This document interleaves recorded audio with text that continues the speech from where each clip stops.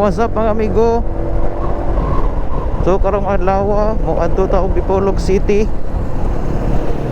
And currently ako ang location karon ako sa Ozamis. And it's 9:42 sa buntag. So expected maabot ta og Dipolog nya alas 12. So magunsa man ko og Dipolog. Wala lang.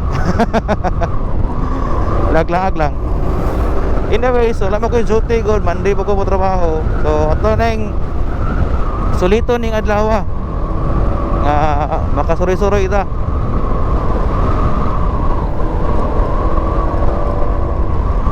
And nautuhan ko gikan kay naplatan ko kanina.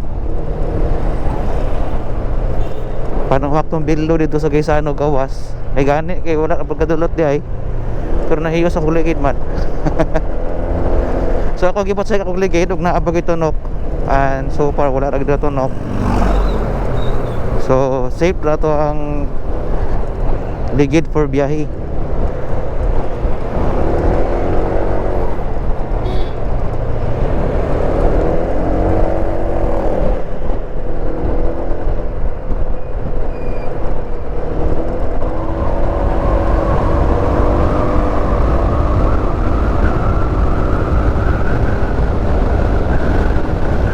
So first time na ko ni mga amigo nga ibiyahin ako ng motor og layo nga naka-iris na ko og panggilid.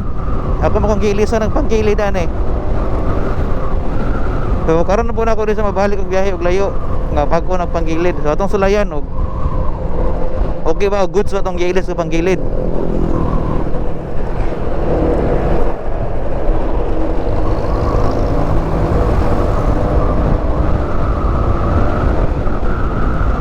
So ang atong gigamit ni go nga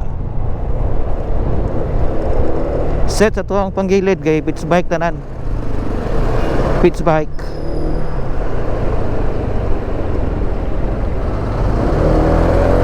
And siya so far nanata diri og gango. And paggawas sa tao ko sa amis mayroon po ng timpo, wala rin ulan. Ride safe mga amigo, amping o perme.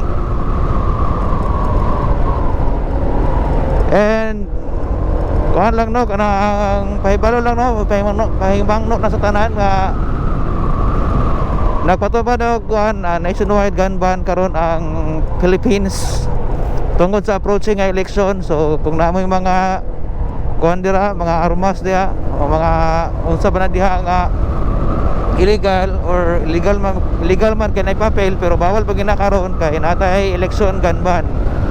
Na para wala aberya tong biyahe ato ra na ibilin pod. Dagan mang checkpoint pa sa dalan. Malangan gid mo magdala-dala mo yung nana, no? Amping ta permi mga amigo. Ride safe. Yes, klarin na ta.